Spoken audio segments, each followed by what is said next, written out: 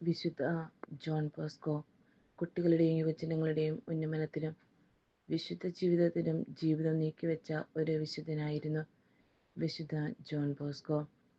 Salesian സഭ എന്ന പേരിൽ പുരുഷന്മാർക്കും സ്ത്രീകൾക്കും വേണ്ടി അദ്ദേഹം സന്യാസ സഭകൾ സ്ഥാപിച്ചു.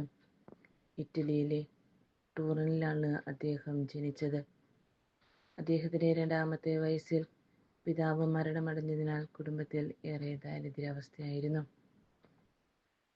എങ്കിലും ദൈവഭയത്തിലും വിവേകത്തിലും അവനെ വളർത്തിക്കൊണ്ടുവരുവാൻ അവന്റെ അമ്മ മാർഗരീത്ത പരിശ്രമിച്ചു. 2006 അവളെ ബെനഡിക്ട് 16 മാർപ്പാപ്പ ദൈവദാസിയായി പ്രഖ്യാപിച്ചു.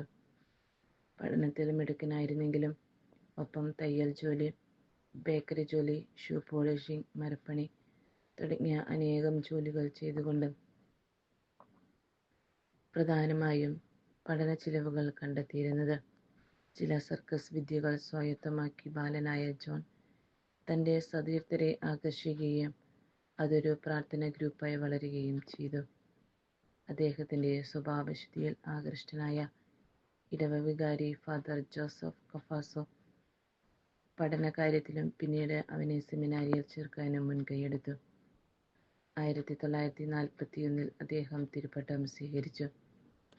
തെരുവിൽ അലഞ്ഞു നടന്ന കുട്ടികളെ കണ്ടുപിടിച്ച് അവർക്കായി ഒരു ബാലഭവനം ആരംഭിച്ചുകൊണ്ടാണ് വൈദിക ജീവിതത്തിലേക്ക് തുടക്കമിട്ടത്. അത്തരം പ്രവർത്തനങ്ങൾക്ക് ഇന്നും അദ്ദേഹത്തിന്റെ സഭാംഗങ്ങൾ നേതൃത്വം കൊടുക്കുന്നു.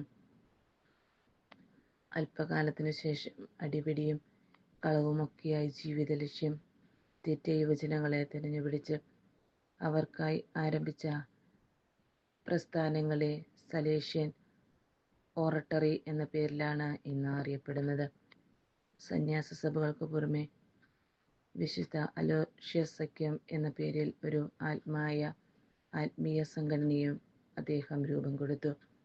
യുവജനങ്ങളെ ആകർഷിക്കുന്ന ധ്യാന പ്രസംഗങ്ങളിലും ഒരു പരമ്പര തന്നെ അദ്ദേഹം നടത്തിപ്പോന്നു. അവർക്കുള്ള മാർഗനിർദ്ദേശങ്ങൾ അടങ്ങിയ ചെറുപുസ്തകങ്ങളും അച്ചടിച്ചിറക്കി.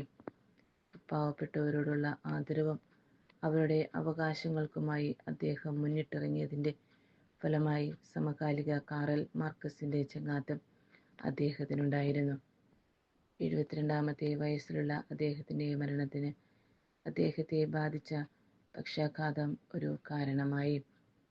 1888 ഈ ലോകത്തോട് യാത്ര പറഞ്ഞ അദ്ദേഹത്തെ 1934 പയസ് 11 മാർപ്പാപ്പ വിശുദ്ധനായി നാമകരണം ചെയ്തു. വിദ്യാർത്ഥികളുടെയും യുവജനങ്ങളുടെയും ഇടയിൽ പ്രവർത്തിച്ച അദ്ദേഹമാണ് ഇന്നും ഈ രംഗത്ത് ഏറ്റവും ശ്രദ്ധേയനായ വ്യക്തി. അദ്ദേഹം സ്ഥാപിച്ച സലേഷ്യൻ സഭയും ഇന്ന് യുവജനങ്ങൾക്കിടയിൽ പ്രവർത്തിക്കുന്ന ഏറ്റവും ബൃഹത്തായ സന്യാസ സഭയാണ്.